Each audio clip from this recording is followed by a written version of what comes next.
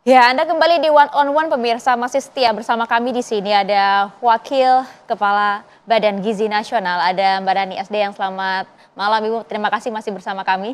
Siap. Pertanyaan saya tadi Bu, karena banyak yang kemudian beredar kabar begitu ya. Anda pun juga kemudian sampaikan tadi, tidak ada yang menginginkan hal ini terjadi, keracunan dengan jumlah yang cukup banyak, ribuan, bahkan saat ini lebih dari 5.000.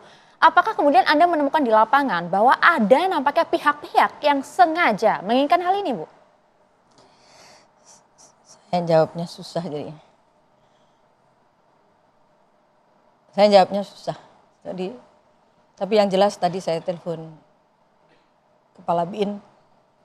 Saya juga minta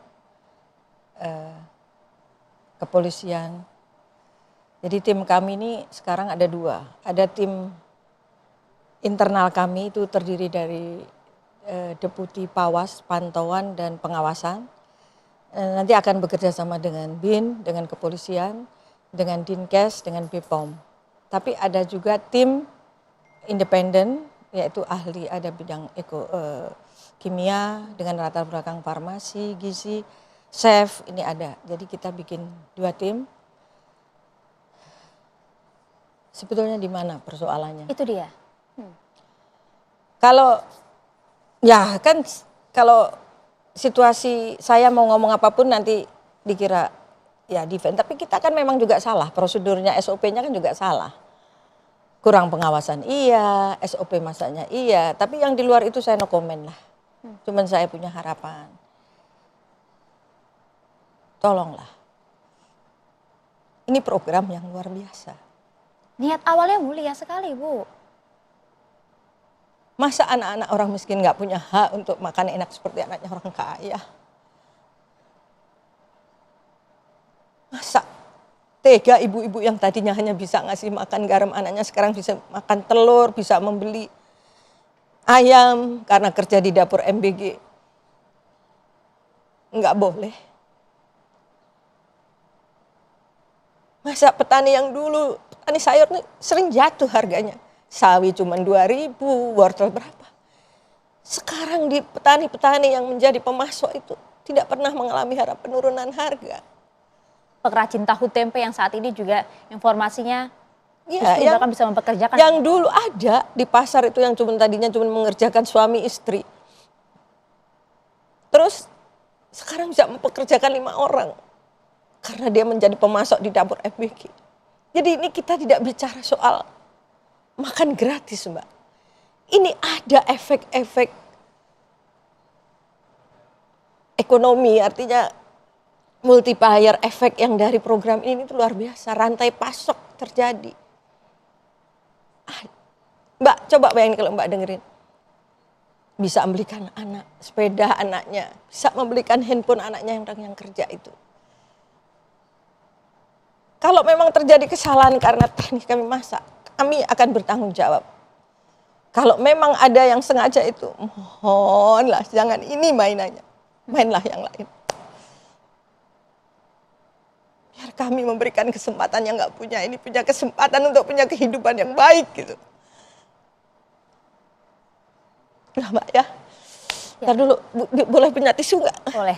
Sambil kembali kami ambilkan juga ya Bu untuk Anda.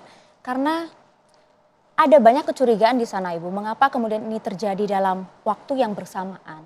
Dan kami pun juga miris kalau kemudian ada yang menemukan fakta, memang ada orang-orang yang sengaja. Mengapa kemudian mereka mengorbankan anak-anak, begitu Bu?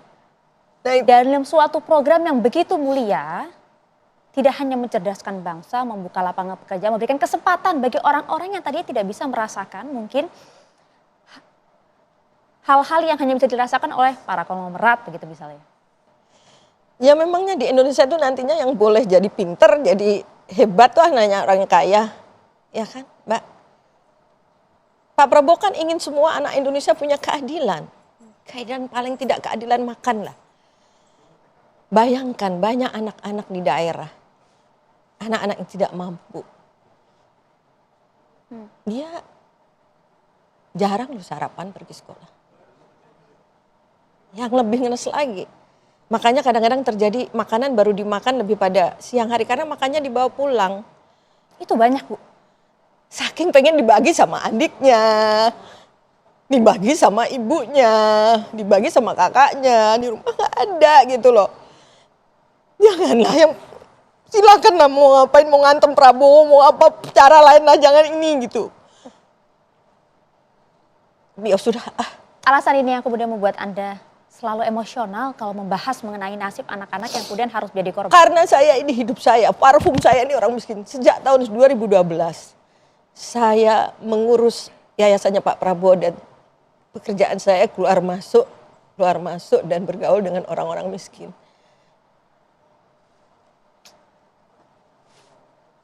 Saya tahu persis bagaimana ibu-ibu yang sedih tidak bisa memenuhi makanan anak-anaknya. Ya. Saya tahu. Karena hari-hari saya bersama mereka. Saya membelikan seragam mereka dulu dari uang pribadi Pak Prabowo. Saya memberikan becak listrik untuk mereka karena ada dari yayasannya Pak Prabowo. Saya paham betul.